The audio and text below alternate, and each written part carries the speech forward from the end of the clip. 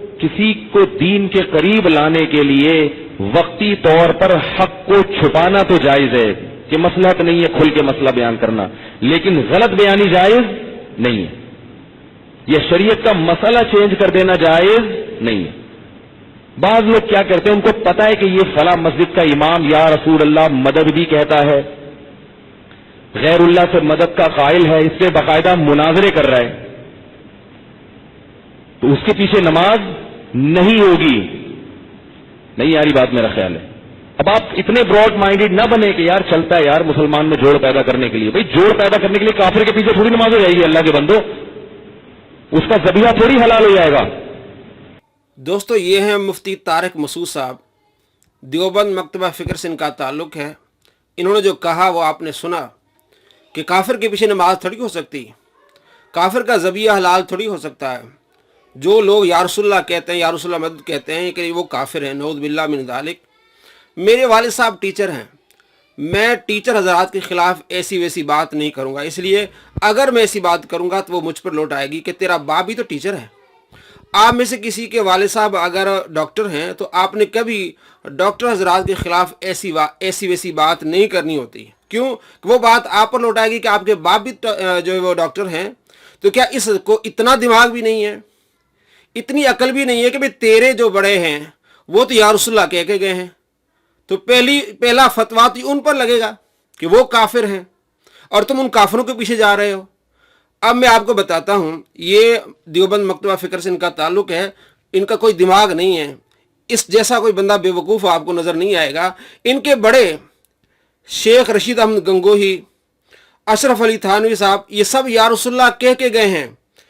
اشرف علی تھانوی صاحب کی کتاب ہے نشر الطیب، صفحہ نمبر 186، ایچ ایم سعید کمپنی سے یہ چھپی ہے، 1999۔ کیا کہتے ہیں؟ یا شفیع العباد خذ بیدی انت فی الاضطراری معتمدی، دستگیری کیجئے میری نبی، کشمکش میں تم ہی ہو میرے والی، یا رسول اللہ میری مدد کیجئے، کشمکش میں تم میرے والی ہو۔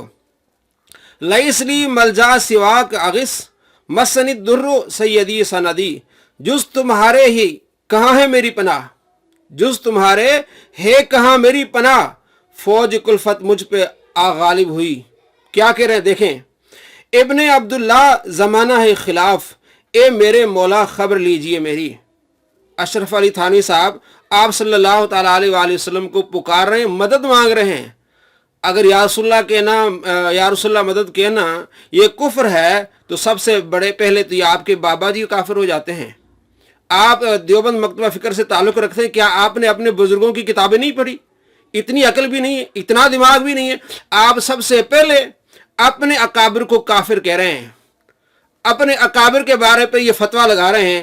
آگے دیکھیے، ان کے ایک اور جو ہے وہ بڑے ہیں، مولانا قاسم نانوتوی، بانی دارالعلوم دیوبند، محمد قاسم نانوتی، اپنے جو قصیدہ قصائد قاسمی میں لکھتے ہیں، اور یہ ان کی کتاب ہے قصائد قاسمی، صفحہ نمبر 5، 7، 8 پر لکھا ہے۔ کیا کہہ رہے ہیں دیکھیں، مفتی طارق صاحب کا فتویٰ ان پر لگ رہا ہے، ان کو اپنے بزرگوں کا پتہ نہیں ہے، اکابر کا پتہ نہیں کہ وہ کیا کہہ کے گئے ہیں، تو اس کا فتویٰ ان کے اکابر پر پہلے آتا ہے، تو کیا وہ کافر ہیں؟ کہے گا ان کو یہ کافر؟ کیا کہتے ہیں قاسم نانوتی صاحب؟ کہتے ہیں مدد کر اے کرم احمدی کہ تیرے سوا نہیں ہے قاسم بے کس کا کوئی حامی کار۔ مدد کیجیے یا رسول اللہ، قاسم کا آپ کے سوا کوئی مددگار نہیں ہے۔ سنا کر اس کی اگر حق سے کچھ لیا چاہے تو اس سے کہ اگر شین سے ہے کچھ درکار، یہ اجابت حق کو تیری دعا کا لحاظ، قضا مبرم و مشروط کی سنے نہ پکار۔ قاسم نانوتوی صاحب سرکار دو عالم صلی اللہ تعالیٰ علیہ وآلہ وسلم کو مدد کے لیے پکار رہے ہیں، اور یہ مفتی طارق صاحب کہہ رہے ہیں کہ مدد کو پکارنا یہ کفر ہے، ان کافروں کے پیچھے نماز نہیں ہوگی، تو پھر ان اکابر کو ماننے والوں کے پیچھے نماز ہوگی؟ آپ کی اپنی نماز نہیں ہوگی، کیونکہ آپ ان کو مانتے ہیں جن پر آپ نے کفر کے فتوے لگائے ہیں۔ اب آگے دیکھیے، مولانا اشرف علی تھانوی دیوبندی اپنے پیر اور مرشد حاجی امداد اللہ مہاجر مکی سے مدد مانگ رہے ہیں۔ کہتا ہے مدد مانگنا فوج شدگان سے یہ کفر ہے، کافروں کے پیچھے نماز نہیں ہوگی اور ان کا ذبیحہ جو حلال نہیں ہے، تو جن کو آپ مانتے ہیں تو ان کو آپ لگائیں ان پر فتویٰ، اور جو ان کے ماننے والے سارے دیوبند مکتبہ فکر تو اس لحاظ سے پھر کافر ہو جائے گا آپ کا۔ مولانا اشرف علی تھانوی اپنے پیر و مرشد حاجی امداد اللہ مہاجر مکی کے بارے میں لکھتے ہیں، یا مرشدی یا مولائی یا مفزئی یا ملجائے فی مبدئی و معادی ارحم علی آیا غیاس فلیس لی، اے میرے مرشد، میرے مولا، میری وحشت کے انیس، میری دنیا کے، میرے دین کے اے جاہ پناہ۔ مولانا اشرف علی تھانوی صاحب بھی لکھتے ہیں، کتاب ہے تذکرۃ الرشید، جلد نمبر 1 صفحہ نمبر 114، اور اس کو لکھا ہے انہوں نے محمد عاشق الہ میرٹھی۔ وہ بیان کرتے ہیں کہ یہ اشرف علی تھانوی صاحب نے اپنے پیر و مرشد کے لیے کہا، اے میرے مرشد، میرے مولا، میری وحشت کے انیس، میری دنیا کے، میرے دین کے جائے پناہ، ان سے مدد مانگ رہے ہیں۔ اے میرے فریاد رس، اپنے پیر صاحب کو کہہ رہے ہیں، مہاجر مکی کو، امداد اللہ مہاجر مکی کو مولانا اشرف علی تھانوی صاحب کہہ رہے ہیں، اے میرے فریاد رس، مجھ پر ترس کھاؤ کہ میں آپ کی حب کے سوا رکھتا نہیں کوئی توشہ راہ۔ دیکھیے لگائیں فتوے ان پر۔ خلق فائز ہو شہا آپ سے اور میں حیران، رحم کی ہادی من اب تو ادھر کو بھی نگاہ۔ مہاجر مکی کو یہ کہہ رہے ہیں، امداد اللہ مہاجر مکی کو، آپ مجھ پر رحم کیجئے جو فوت ہو گئے ہیں۔ کہتا ہے کہ جو فوت شدگان کو مدد کے لیے پکارتے ہیں وہ کافر ہو جائیں گے۔ طارق صاحب اپنے اکابر کو پہلے کافر کیجئے، ان کو کہیے کہ یہ کافر ہیں، ان کو کہیے، اشرف علی تھانوی صاحب کو کہیے کہ کافر ہیں، رشید احمد گنگوئی صاحب بھی یہی نظریہ رکھتے ہیں، ان کو کہیے کہ کافر ہیں، قاسم نانوتی صاحب بھی یہی نظریہ رکھتے ہیں، اور کیا کہتے ہیں، مدد کر اے کرم احمدی کہ تیرے سوا نہیں ہے قاسم بے کس کا کوئی حامی کار۔ آپ کفر کے فتویٰ لگا رہے ہیں، پہلے آپ اپنے اکابر پر لگائیے تاکہ آپ کو اپنی عوام ذرا طبیعت آپ کی صاف کریں۔ آپ ذرا اپنے حجم سے باہر آ رہے ہیں، آپ کی عوام آپ سے پوچھے گی کہ یا رسول اللہ مدد کہنے کو آپ کافر کہہ رہے ہیں، تو ہمارے جو آپ کی عوام کہے گی کہ ہمارے اکابر وہ تو کہہ کے گئے ہیں، قاسم نانوتوی صاحب کہہ کے گئے ہیں کہ مدد کر اے کرم احمدی کہ تیرے سوا نہیں ہے قاسم بے کس کا کوئی حامی و کار۔ اور مولانا اشرف علی تھانوی صاحب سرکار کو بھی پکار رہے ہیں اور اپنے پیر و مرشد حاجی امداد اللہ مکی کو بھی کہہ رہے ہیں کہ آپ میری مدد کیجیے۔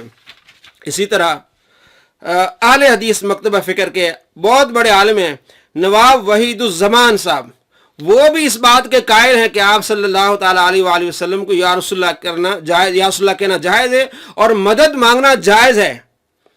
یہ نواب وحید الزمان صاحب کی کتاب ہے حاشیہ حدیث المہدی، صفحہ نمبر 20، چشتی کتب خانہ فیصل آباد پاکستان صفحہ 1987 میں کیا لکھتے ہیں؟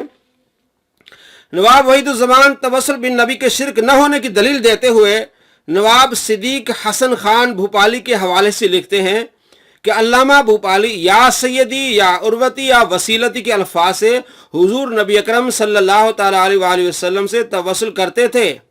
نواب وحید الزمان کیا لکھتے ہیں؟ کہتے ہیں کہ صدیق حسن صاحب یہ کہتے تھے یا سیدی یا عروتی یا وسیلتی، کہتے ہیں کہ اے میرے آقا، میرے سہارے، میرے وسیلے، سختی اور نرمی میں میرے کام آنے والے، میں آپ کے دروازے پر حاضر ہوا ہوں، اس حال میں کہ میں ذلیل ہوں، گڑ گڑا رہا ہوں، غم زدہ ہوں، میری سانس پھولی ہوئی ہے، آپ کے سوا میرا کوئی نہیں ہے یا رسول اللہ، آپ کے سوا میرا کوئی نہیں ہے۔ صدیق حسن خان بھوپالی اہل حدیث کے بہت بڑے عالم یہ کہہ رہے ہیں، جس سے مدد کی جائے، آپ کے سوا میرا کوئی نہیں ہے جس سے مدد مانگی جائے، اے رحمت للعالمین میری آہ بکا پر رحم کیجئے۔ نواب صدیق حسن خان بھوپالی اور آگے جو ہے وہ دلیل بھی لیتے ہیں کہ آپ صلی اللہ تعالیٰ علیہ وآلہ وسلم نے ربیہ سے کہا مانگ، تو اس نے آپ صلی اللہ تعالیٰ علیہ وآلہ وسلم سے جنت میں مرافقت صحبت مانگی، تو آپ صلی اللہ تعالیٰ علیہ وآلہ وسلم اور کچھ مانگ۔ اب یہاں وحید الزمان صاحب لکھتے ہیں، صاحب جامع البیان نواب صدیق حسن خان بھوپالی نے اپنی تفسیر کی ابتدا میں حضور نبی اکرم صلی اللہ تعالیٰ علیہ وآلہ وسلم سے امداد طلب کی ہے۔ اگر غیر اللہ سے مطلق استغاثہ شرک ہو تو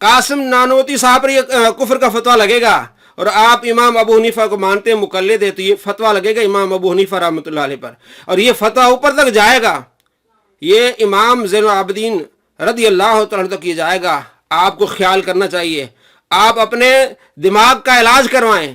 آپ نے جس طرح کی باتیں آپ نے پھیلائی ہوئی ہیں، جس طرح آپ نے یہ کام کیا ہے، اس سے آپ توبہ کریں اور اپنی عوام کو بتائیں کہ میں نے کتنی بڑی گھٹیا حرکت کی ہے۔